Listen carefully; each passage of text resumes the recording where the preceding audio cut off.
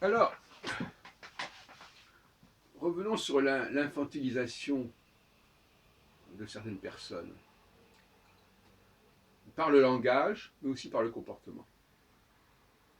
Par le langage, parce que visiblement certaines personnes n'ont pas oublié euh, leur enfance. Ils n'ont pas oublié le poids des mots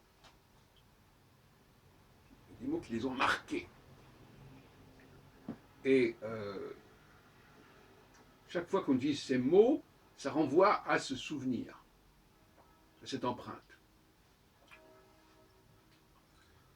Et ça permet, parfois je dis à des gens, mais vous parlez comme un enfant de 5 ans.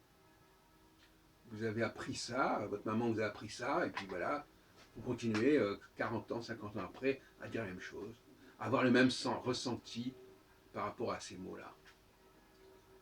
Et effectivement, là, tout à l'heure j'écoutais une émission avec Finkielkraut dans Réplique, et il citait quelqu'un qui disait effectivement, le théâtre, c'est l'émotion, la poésie c'est l'émotion, c'est pas le raisonnement.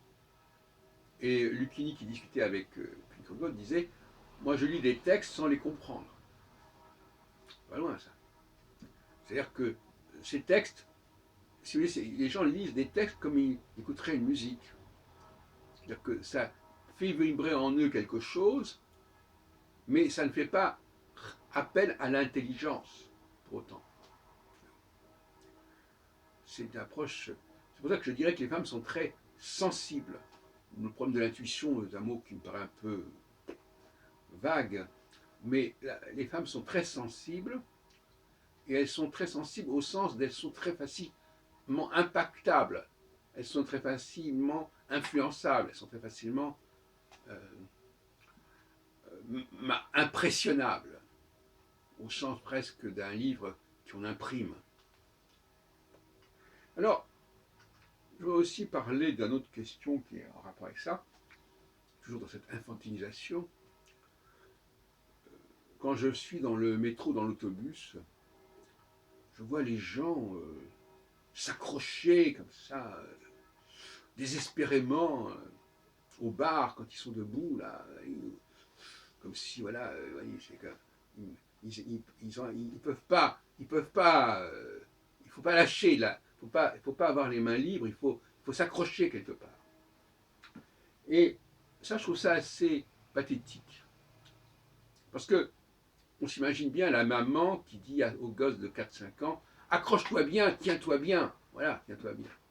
Bon, entendu. Mais se tenir, d'ailleurs il y a une expression qui est assez ambiguë en français parce qu'on dit se tenir debout, ça veut pas dire se tenir à quelque chose. Mais tiens-toi, tiens-toi. On ne dit pas à la personne tiens-toi au sens de tiens-toi, mais tiens-toi, accroche-toi. Et 20 ans, 30 ans, 40 ans après, les réflexes, les, les injonctions de se tenir qui sont données à l'enfant de 5 ans se perpétuent, se pérennisent. On n'a pas saisi la capacité de s'autonomiser à ce niveau-là. Car se tenir à quelque chose, ce n'est pas être autonome, par définition.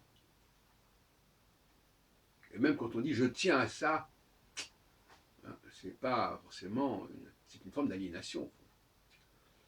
Et donc, je regrette qu'il n'y ait pas, dans les classes notamment de gymnastique, je ne sais pas comment on dit exactement, des cours pour désapprendre à se tenir.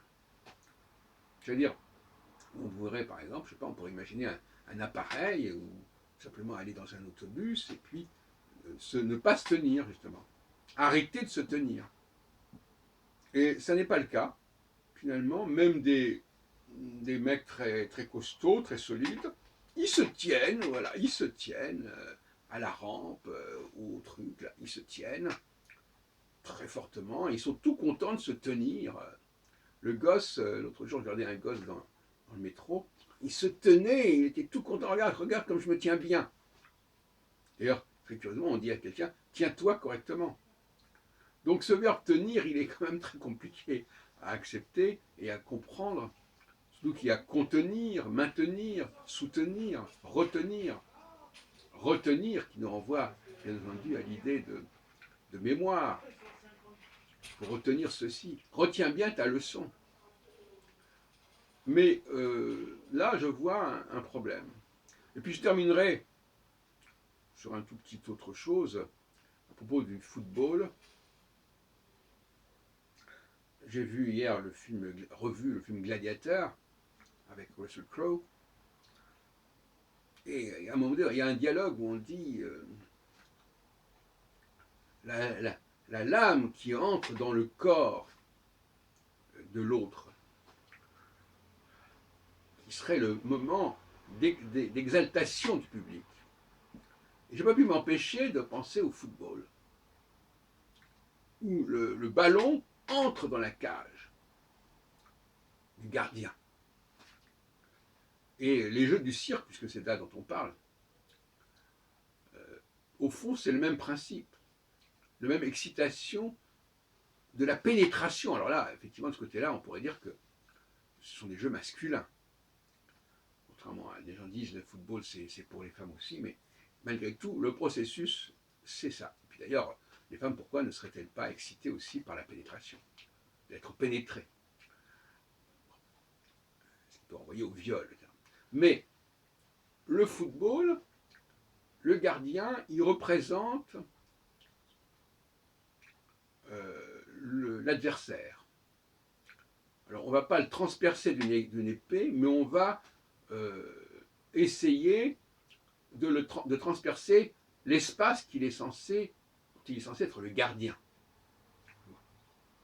Et donc il y a une continuité que je voulais signaler comme ça en passant, une sorte de mémoire ancestrale de l'idée de pénétrer, de percer l'autre, que ce soit dans les jeux du cirque ou au football.